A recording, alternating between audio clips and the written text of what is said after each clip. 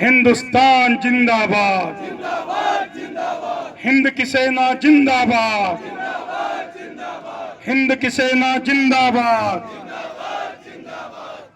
सम्माननीय विधायक गोपीचंद जी मीणा, कैप्टन खेमराज जी मीणा,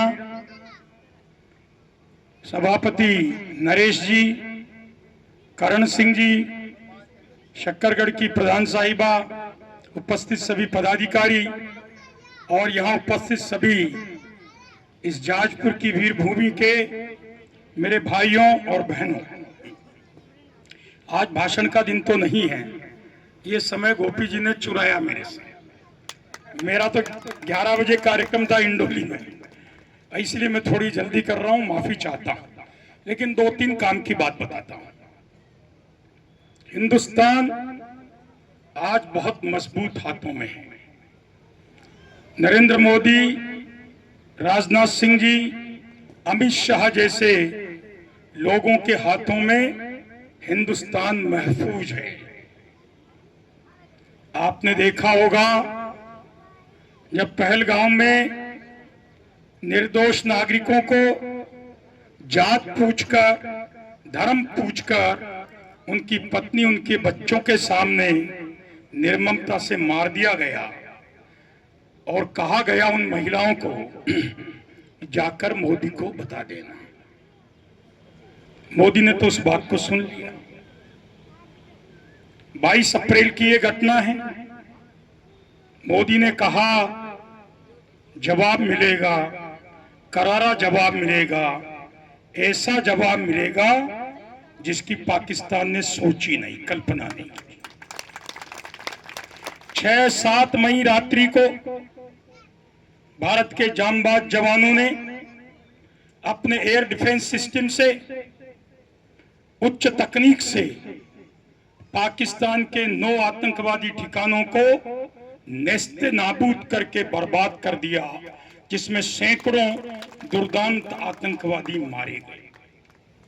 और जब पाकिस्तान ने खींच मिटाने के लिए चाइना के नकली मिसाइल और चाइना के ड्रोन से हमला करा, हमारी स्ट्रॉन्ग एविएशन कंट्रोल सिस्टम ने, हमारे राडार्स ने 1000 से अधिक हमलों को हवा के अंदर उड़ाकर हिंदुस्तान ने तिरंगे का परचम फहराया। पाकिस्तान की एक मिसाइल, पाकिस्तान का एक ड्रोन अटैक हिंदुस्तान की धरती को छू नहीं पाया। और जवाबी कार्यवाही में भारत की थल सेना, जल सेना, नभ सेना ने संयुक्त कार्यवाही करते हुए पाकिस्तान के 11 सैनिक एयरबेस को तबाह करके पाकिस्तान को संकेत दे दिया, आगे बढ़ने की कोशिश की। तो पुराना गीत में बोला करता था 1971 में, यहीं की स्कूल में, कोई मेरे पुराने मित्र होंगे तो याद होगा, वो गीत था, गोकल जी कहाँ गए? जब कि नगाड़ा बज ही गया है शरहद पर शैतान का, नक्शे पर से नाम मिटा दो पापी पाकिस्तान का। मुझे लगता है विनाश काले विपरीत बुद्धि, लेकिन एक बात को मैं रेखांकित करना चाहूंगा, जमाना बदल गया। हल्दी घाटी का युद्ध महीनों नहीं चला, दिनों नहीं चला, एक दिन भी नहीं चला, 4 घंटे में खत्म हो गया। और आज का युद्ध रूस यूक्रेन 1 साल से लड़ रहा है। हमने पाकिस्तान को केवल सामरिक दृष्टि से तबाह नहीं किया है, हमने पाकिस्तान में जाने वाले सिंधु और उसके साथ की तमाम नदियों का पानी रोक दिया है। ये युद्ध से बड़ा पाकिस्तान को नुकसान है। और आज हमारा प्रधानमंत्री कहता है कि युद्ध और व्यापार साथ नहीं हो सकता। आप हमारा खून बहाओ, हम आपको पानी देंगे, ये नहीं हो सकता। खून और पानी एक साथ नहीं बह सकते। और ये भी कहा आज के बाद एक भी सैनिक, अर्धसैनिक, आतंकवादी कार्यवाही भारत के विरुद्ध हुई तो भारत युद्ध की भाषा में जवाब देगा। और ये भी कहा अब वार्ता होगी तो केवल पाक अधिकृत कश्मीर की होगी और कोई वार्ता नहीं। और अभी हमारे विदेश मंत्री ने और हमारे संयुक्त सेना के कमांडर ने भी कहा है पाकिस्तान अब ये बता दे कि पाक अधिकृत कश्मीर को कब खाली कर रहा है। अब हमारी जंग पाक अधिकृत कश्मीर के लिए है। लेकिन मैंने बोला ये रणनीति, कूटनीति का जमाना है। आज बलूचिस्तान के नाम पर पाकिस्तान का 55% भूभाग पाकिस्तान में नहीं रहना चाहता। देखिए ये नरेंद्र मोदी है, इन्होंने क्या कहा बीकानेर में मैं गया था। मुझे उससे पहले युद्ध के समय पार्टी ने बाड़मेर के बॉर्डर पे भी भेजा है, मैं वहां भी गया था। जो फौजी होंगे शायद जानते होंगे, वहां दीपली या दीपाली नाम का एक कस्बा आखिरी में, जहां से बॉर्डर इतना ही दूर है जितना ये नया भवन बना है।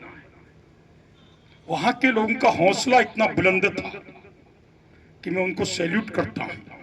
और उन्होंने कहा मोदी के रहते हुए हमारा कुछ नहीं बिगाड़ सकता पाकिस्तान। और बीकानेर की धरती से उन्होंने चुनौती दी और कहा है, जैसा अभी माननीय विधायक जी ने कहा, मोदी का दिमाग ठंडा रहता है लेकिन खून खून खून गर्म रहता है। और अब इस खून में मेरी माताओं बहनों का सिंदूर बह रहा है। इसलिए पाकिस्तान को सबक और सिखाया जाएगा। कल ही हमारी फौज ने कहा है ऑपरेशन सिंदूर रुका नहीं है, चल रहा है। आने वाला समय हिंदुस्तान जिंदाबाद का समय है। आने वाला समय पाकिस्तान के मुर्दाबाद का समय है। आने वाला समय हिंद की फौज के जिंदाबाद का समय है। आप सब ने इस विकट परिस्थिति में सरकार के साथ, सेना के साथ खड़े रहकर जो जांबाजी दिखाई है, इस यज्ञ भूमि का, इस यज्ञपुर का यही वीरत्व है। और यहाँ के सैकड़ों हजारों लोगों ने तो फौज में अपनी केवल नौकरी नहीं कुर्बानियां भी दी है। मैं ऐसे सब शहीदों को, जिनमें अभी 8 शहीद और हुए इस भारत पाकिस्तान की 4 दिन के युद्ध में, उन सब को नमन करता हूं, उनका पुण्य स्मरण करता हूं और उनको विश्वास दिलाता हूं आज की सरकार उनके बलिदान को व्यर्थ नहीं जाने देगी। भाइयों, कुछ विकास की बात करूंगा। आपको जानकारी होगी शाहपुरा से शक्करगढ़ 148D अभी स्वीकृत हुआ। शाहपुरा से पीपलून चौराया और हम कोशिश कर रहे हैं शकरगढ़ तक जाए। 800 करोड़ रुपया स्वीकृत हुआ है। कांग्रेस की सारी योजना मिला ना 50 साल की, 800 करोड़ की नहीं। इसी प्रकार से भीलवाड़ा से लाडपुरा 4 लेन 2000 करोड़ रुपया स्वीकृत हुआ है। यहां पर एसटी समुदाय बहुत है, छात्राएं भी बहुत पढ़ रही हैं। अब वो जमाना नहीं है जब हमारे एससी एसटी के बंधु अपनी बहन बेटियों को नहीं पढ़ाते हैं। उनके छात्रावासों का काम आपके विधायक जी ने शुरू किया है। मैंने भी केंद्र सरकार से आपको 2 छात्रावास का तोहफा दे दिया है। एक इटुंडा छात्राओं का छात्रावास और एक ऊंचा, आपको बहुत सुंदर छात्रावास आने वाले 1 साल में बनकर आपकी शिक्षा का बंदोबस्त करेंगे। जहाजपुर का बस स्टैंड है, बहुत कंजस्टेड जगह है। अभी बैठक हुई थी, उसमें यह विषय आया कि जहाजपुर में बस स्टैंड के लिए भूमि की आवश्यकता नहीं। मैंने तुरंत टोका आवश्यकता है, मैं वहीं पैदा हुआ। अब ये स्थान बस स्टैंड के उपयुक्त नहीं है। मैं धन्यवाद दूंगा गोपी जी का। यहीं से पास में 5 बीघा है, 5 बीघा जमीन में आपके यहाँ नया बस स्टैंड सरकार की योजना के अनुसार, बजट घोषणा के अनुसार तैयार होगा। इस भवन से जुड़ा हुआ और भी बहुत बातें मैं आपको बता सकता हूं। मैं इतना कह सकता हूं कि आपके विधायक बहुत जागरूक हैं। भीलवाड़ा के 6 विधायक ने जितना लाभ मुझसे नहीं लिया केंद्र सरकार में, उतना इन्होंने अकेले नहीं लिया, और ये दिल्ली आ जाते हैं। और मैं भी बहुत खुश हूं कि मुझे भी आखिर 75 साल बाद जहाजपुर का कोई सांसद बना है, तो आपको लाभ मिलना ही चाहिए। और फिर हम दोनों की जोड़ी है, हमारे प्रधान जी किशोर जी, उन्हीं के पैसे से हम यहाँ खड़े हैं। भाई नरेश जी बहुत सकारात्मक रहते हैं, करण सिंह जी बहुत मजबूत और कद्दावर नेता हैं, हमारा यहाँ का नेतृत्व भी बहुत मजबूत नेतृत्व है। आप निश्चिंत रहें, आपका अपना इस यज्ञपुर में जन्म लेने वाला दामोदर अग्रवाल हिंदुस्तान की सबसे बड़ी पंचायत में है। आपके विकास में किसी प्रकार की कमी जीवन में नहीं आएगी। और जैसा मैंने चुनाव के समय कहा, इन 5 सालों में केंद्र सरकार से इतना पैसा लाऊंगा जितना पिछला 25 बरस में नहीं आया। मेरी हाथ जोड़कर एक अंतिम प्रार्थना है, बहनें बैठी, फौजी भी बैठे, बेटियों को और पढ़ाओ।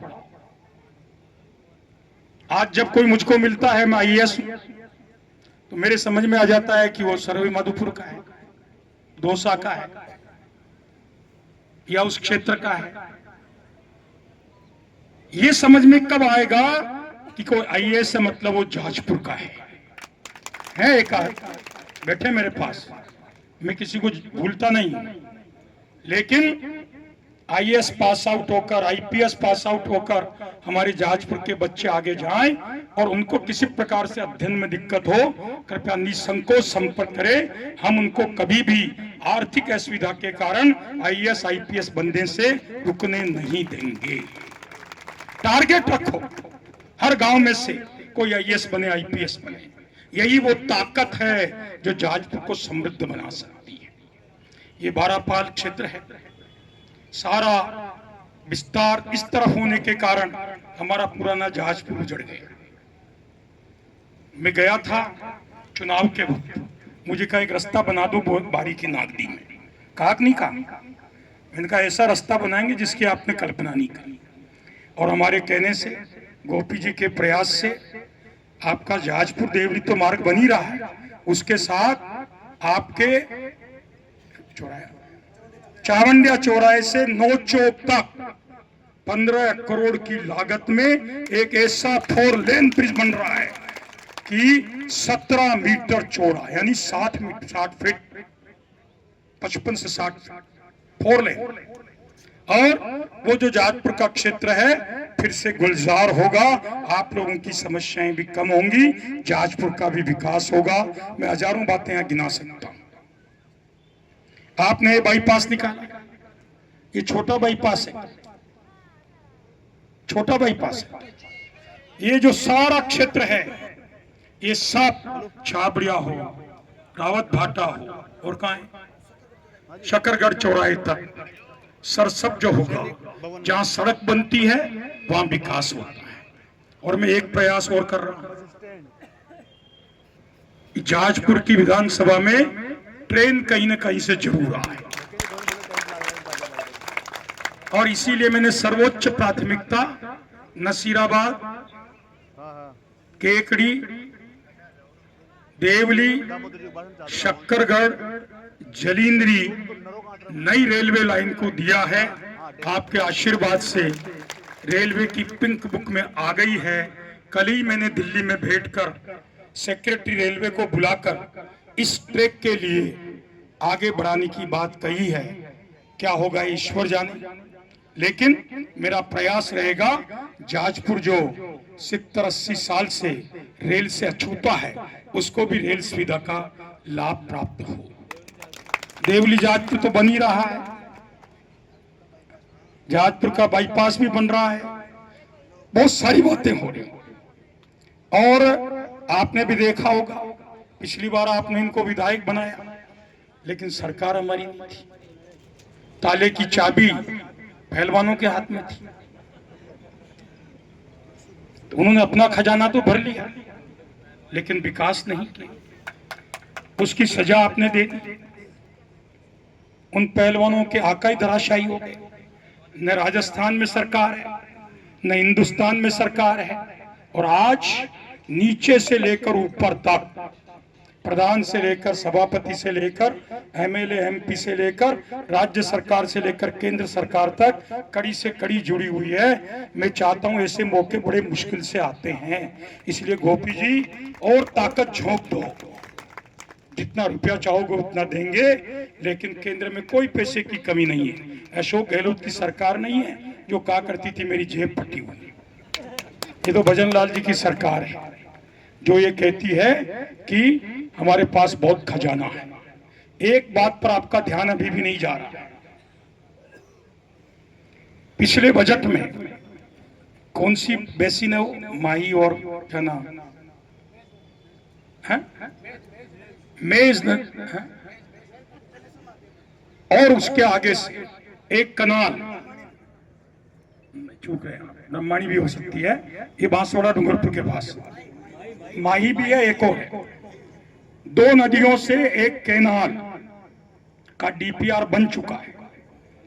8,500 करोड़ रुपए की योजना है। वो मातृकुंडिया होते हुए, मेजा डैम होते हुए, कोठारी डैम होते हुए हमारे पानी के सोर्स को भी भरपूर रखेगी, क्योंकि पानी है तो सब है। हमने 15 दिन पानी रोका है, 20 दिन पाकिस्तान सड़क पर आकर खड़ा हो गया। आप सिंधु जल समझौते को स्थगित करना युद्ध से बड़ी घटना है। ये बात आपको और पाकिस्तान को 15 दिन में और समझ में आ जाएगी। इसलिए खूब विकास होगा, लेकिन पूरी ताकत से। आने वाले पंचायत राज के चुनाव में, आने वाले नगर पालिका के चुनाव में भारतीय जनता पार्टी को आशीर्वाद दीजिए, ताकि ये कड़ी से कड़ी जुड़ती रहे, यहाँ के विकास की गंगा बहती रहे, हम आपका प्रतिनिधित्व करते रहें। आप सबके प्रति शुभकामना, और खास तौर से जो यहाँ पूर्व सैनिक, उनके परिवार के लोग हैं, मैं उनके चरणों में नमन करता हुआ, उनकी देशभक्ति के जज्बों को प्रणाम करता हुआ अपनी वाणी को देता हूँ विराम। जय श्री राम।